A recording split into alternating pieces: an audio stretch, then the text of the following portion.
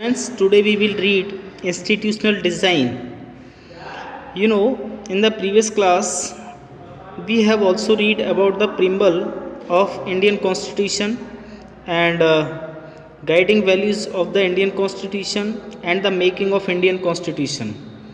And we have read about the preamble of Indian Constitution.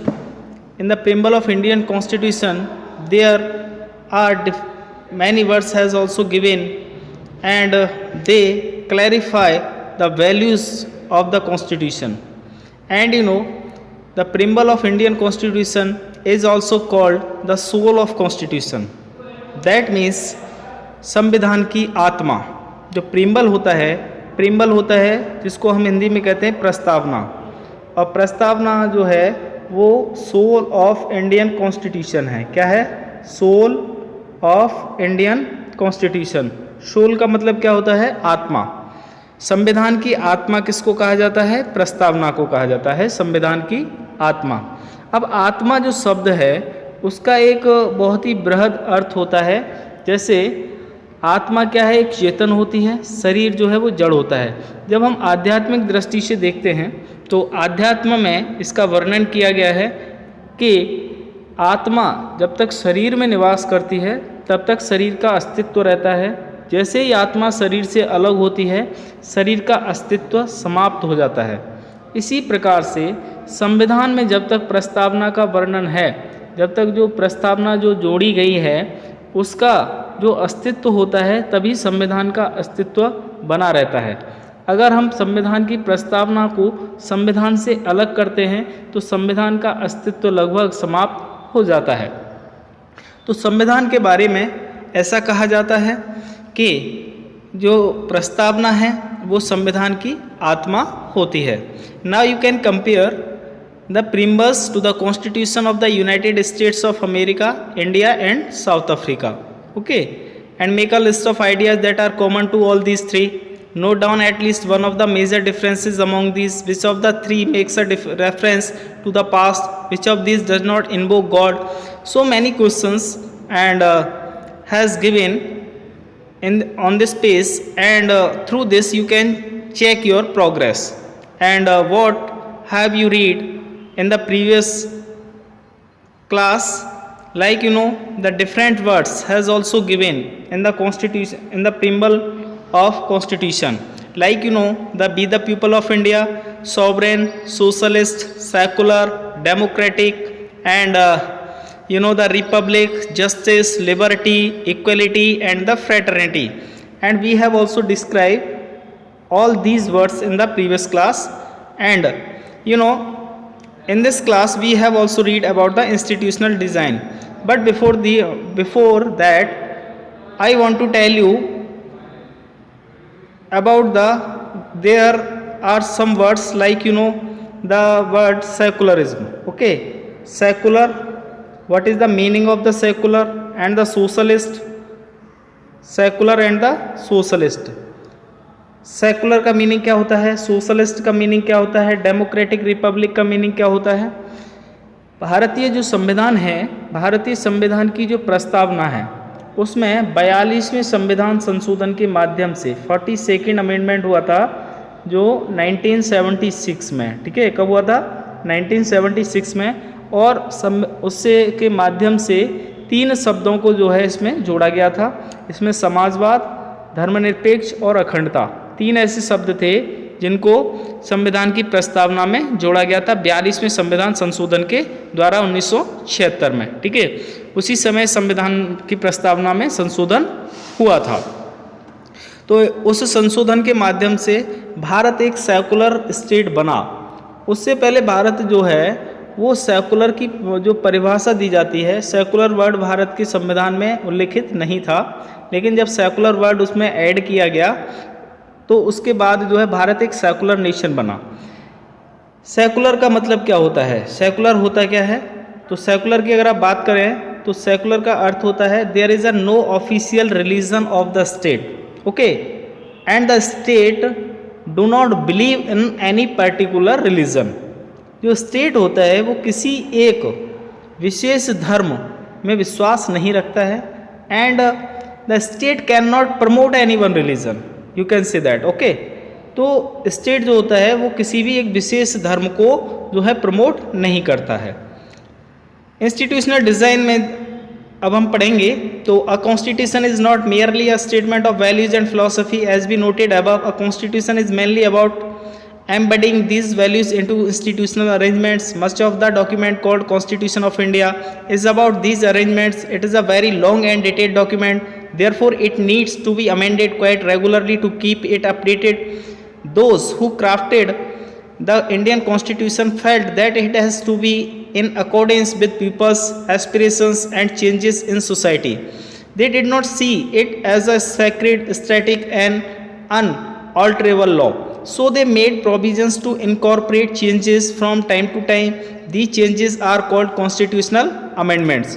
तो इसको क्या कहा जाता है? कॉन्स्टिट्यूशनल अमेंडमेंट कहा जाता है, संविधान संशोधन।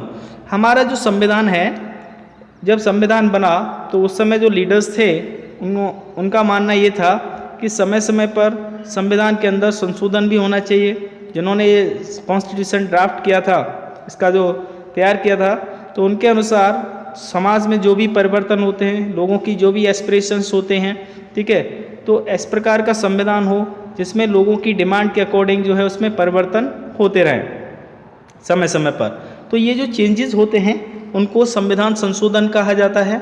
और संविधान संशोधन जो है वो आर्टिकल 368 आप पढ़ेंगे तो संविधान का आर्टिकल नंबर 368 इस बात को जो है इसका उल्लेख जो है आर्टिकल 368 के थ्रू जो है उसमें संविधान संशोधन किया जाता है, ठीक है ना।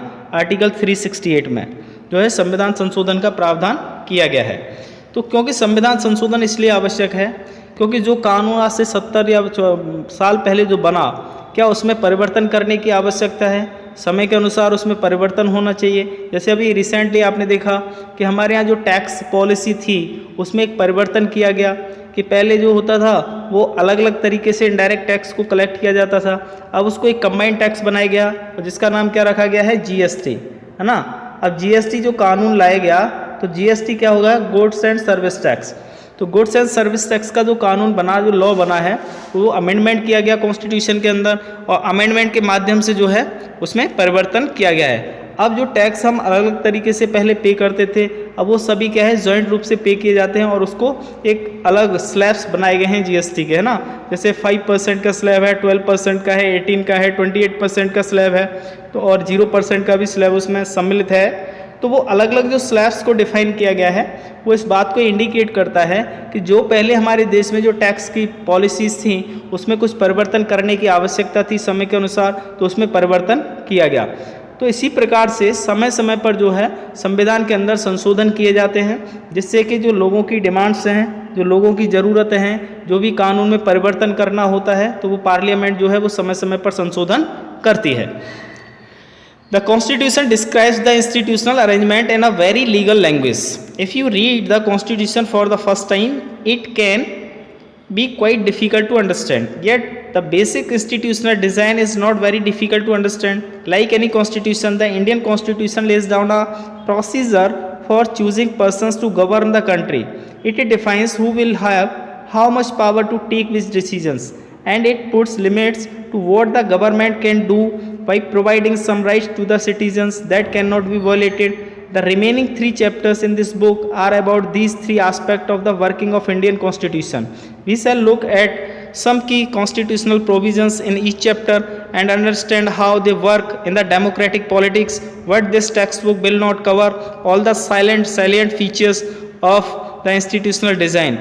In the Indian Constitution, some other aspects will be covered in your textbook next year. Okay?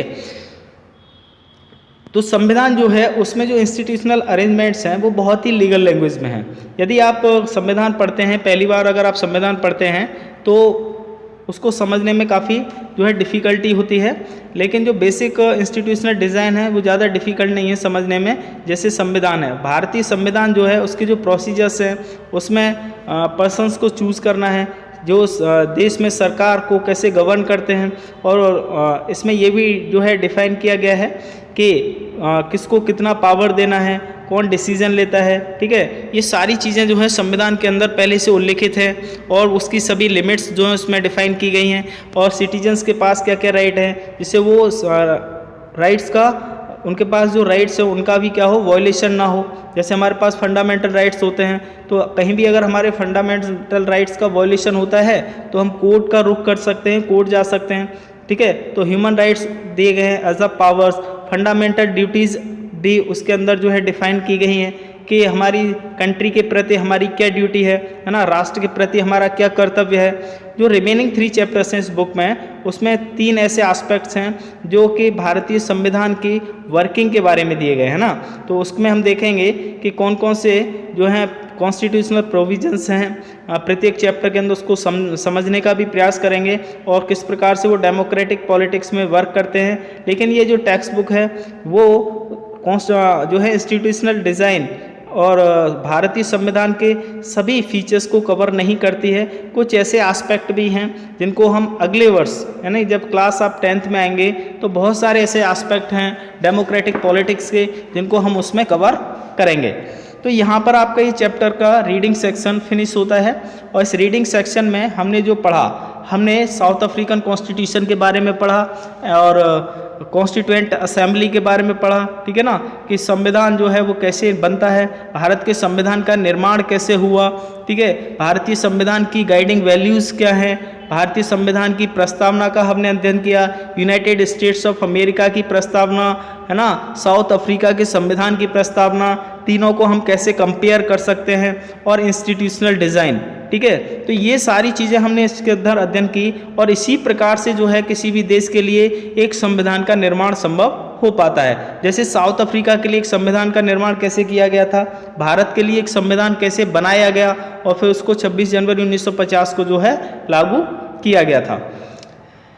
तो हमने ये सारा जो है इस चैप्टर में पढ़ा और इसमें समझने का प्रयास किया है। अगर कोई भी ऐसा पॉइंट है जो आपकी समझ से परे है या आपको अभी भी समझ में नहीं आया है तो एक बार पूरा चैप्टर जो है प्रॉपर स्टडी कर लें, उसके क्या क्या एस्पेक्ट्स हैं उनको पढ़ लें, ठीक है। यहाँ पर कुछ जो है कीवर्ड्स दिए गए हैं, जैसे अपार्टाइड क्या होता है, क्लॉज क्या होता है, कॉन्स्टिट्यूएंट असेंबली क्या होती है, कॉन्स्टिट्यूशन क्या होता है, कॉन्स्टिट्यूशनल अमेंडमेंट क्या होता है, ड्राफ्ट क्या होता है, फिलॉसफी क्या होती है, प्रीम्बल क्या होता है, ट्रीशन क्या होता है, ट्रस्ट क्या होता है। तो ये जो वर्ड्स यहाँ पर जो डिफाइन किए गए हैं उन सब के अर्थ यहाँ पर बताए गए हैं। अपार्टाइड के बारे में बताया, जैसे ये इसको हम हिंदी में कहते हैं रंगभेद, the official policy of the racial separation and ill treatment of blacks followed by the government of South Africa between 1948 and 1989, ठीक है। तो साउथ अफ्रीकन जो सरकार थी, जो एक वाइट गवर्नमेंट थी 1948 से लेकर 1989 के बीच, उसने ब्लैक्स के साथ एक इल ट्रीटमेंट किया था और ये एक रेशियल सेपरेशन था और ये उनकी एक ऑफिशियल पॉलिसी थी अपार्टाइड की। क्लॉज क्या होता है, एक distinct section of a document जो होता है, किसी भी डॉक्यूमेंट का एक अलग, अगर हम देखें जो सेक्शन होता है उसको हम क्या कहते हैं, क्लॉज कहते हैं। कॉन्स्टिट्यूएंट असेंबली आप जानते हैं संविधान सभा कहा जाता है। कॉन्स्टिट्यूशन क्या होता है, संविधान होता है। कॉन्स्टिट्यूशनल अमेंडमेंट क्या होता है, संविधान संशोधन होता है। इसके बारे में मैंने आपको अभी पहले बताया था। कोई भी हमारे देश की, जैसे अगर हम कहें तो किसी जो पार्लियामेंट है वो हमारे देश का सबसे बड़ा क्या है, सुप्रीम लेजिस्लेटिव बॉडी होती है, ठीक है, और उसी को राइट होता है संविधान में संशोधन करने का, ठीक है। ड्राफ्ट क्या होता है, एक प्रिलिमिनरी वर्जन होता है किसी भी लीगल डॉक्यूमेंट का। कोई भी जो लीगल डॉक्यूमेंट होता है उसका जो प्राइमरी वर्जन होता है उसको हम ड्राफ्ट कहते हैं। फिलॉसफी क्या होता है ना, दर्शन शास्त्र जैसे कहते हैं ना, फिलॉसफी दर्शन क्या होता है उसके पीछे, the most fundamental principle underlying one's thoughts and actions. Preamble मैंने बताया आपको, प्रस्तावना होती है, जैसे कहा ना preamble is the soul of constitution, है ना। तो प्रीम्बल जो है वो संविधान की आत्मा कही जाती है। N introductory statement in a constitution which states the reasons and guiding values of the constitution.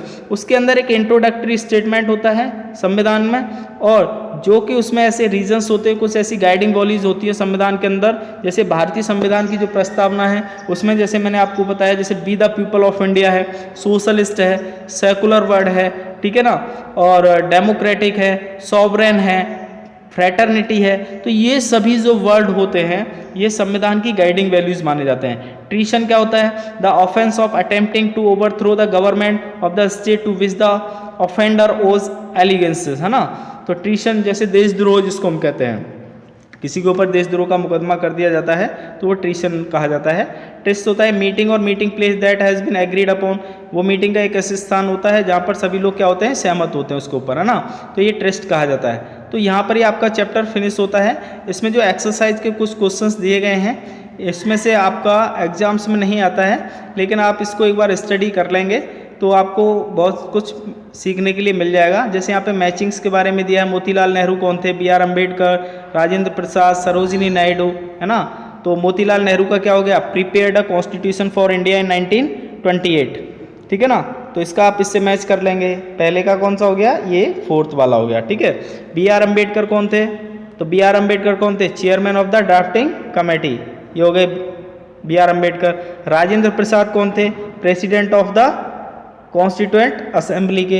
और सरोजिनी नायडू कौन थी, member of the constituent assembly, ठीक है। तो ये मैचिंग आप कर सकते हैं इससे। इसके अलावा अगर आप देखें आगे और भी चीज़ें दी हुई हैं यहाँ पे, इसको अब ऐसे मैच करना है ना। सॉवरेन क्या होता है, रिपब्लिक क्या होता है, फ्रेटर्निटी क्या होता है और सेकुलर वर्ड क्या होता है, तो इसको आप स्वयं मैच करेंगे, ठीक है ना, 6 वाले को।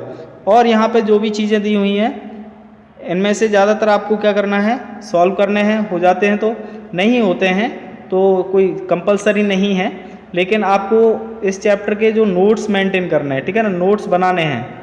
और नोट्स बनाने के लिए आपको चैप्टर प्रॉपर स्टडी करना पड़ेगा। पहले पूरा चैप्टर प्रॉपर स्टडी करें, उसको समझें, ठीक है, तब उसमें से क्वेश्चंस बनते हैं। और ज़्यादातर जो क्वेश्चंस आते हैं वो बिटवीन द चैप्टर्स ही आते हैं, ठीक है ना। तो इसको आप कंप्लीट कर लेंगे, ओके।